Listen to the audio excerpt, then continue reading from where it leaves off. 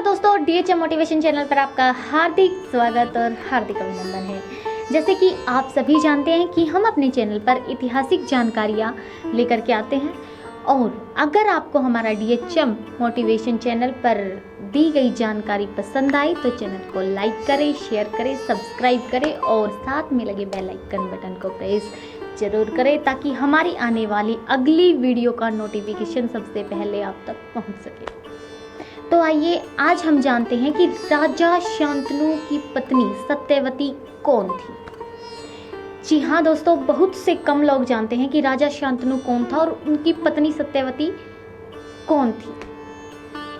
सत्यवती महाभारत के एक महत्वपूर्ण पात्र रही। उसका विवाह हस्तिनापुर नरेश शांतनु से हुआ। उसका मूल नाम मत्स्यगंधा था। वह ब्रह्मा के श्राप से मत्स्य भाव को प्राप्त हुई। अद्रिका नाम की अप्सरा के गर्भ से उपरीचर वसु द्वारा उत्पन्न एक कन्या थी।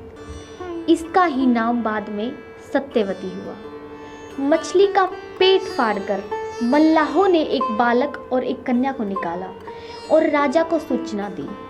बालक को तो राजा ने पुत्र रूप से स्वीकार कर लिया, किंतु बालिका के शरीर से मत्स्य की गंध आने के कारण राजा ने मल्लाह को दे दिया। पिता की सेवा के लिए वह यमुना में नाव चलाया करती थी। सहस्त्रार्जुन द्वारा पराशर मुनि को मृत बनाकर मृत्यु प्राय छोड़ दिया गया। माता सत्यवती ने मुनिराज की सेवा की और उनको जीवन दान दिया। महर्षि ने प्रसन्न होकर उनका मत्स्य भाव नष्ट किया तथा शरीर से उत्तम गंध निकलने का वरदान दिया। अतः वह गंधवती नाम से भी प्रसिद्ध हुई। उसका नाम योजना गंधा भी था। उससे महर्षि वेदव्यास का जन्म हुआ था। बाद में राजा शांतनु से उसका विवाह हुआ। वेदव्यास का जन्म। एक बार पाराशर मुनि को उसकी नाव पर बैठकर यमुना पार करना था। पाराशर मुनि सत्यवती के रूप सौंदर्य पर आसक्त हो गए और बोले, देवी, मैं तुम्हारे साथ सहवास करना चाहता हूँ।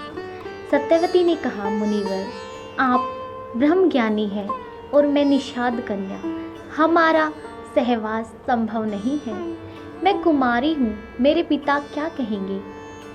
पराशर मुनि बोले, बालिके, तुम चिंता ना करो, प्रस्तुति होने पर भी तुम कुमारी ही रहोगी। पराशर ने फिर से मांग की तो सत्यवती बोली कि मेरे शरीर से मछली की दुर्गंध निकलती है।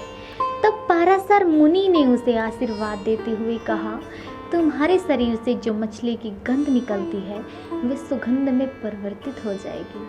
इतना कहकर उन्होंने अपने योग बल से चारों ओर घने कोहरे का जाल रच दिया ताकि कोई और उसे इस हाल में ना देखे।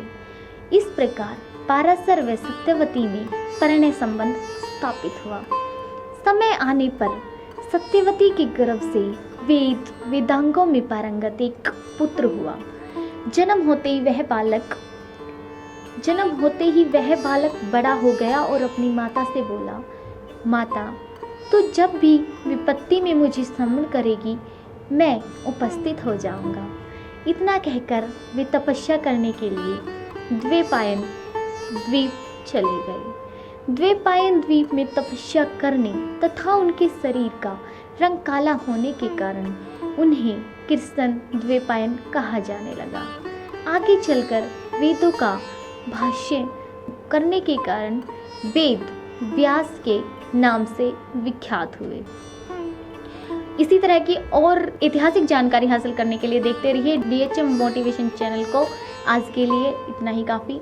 धन्यवाद।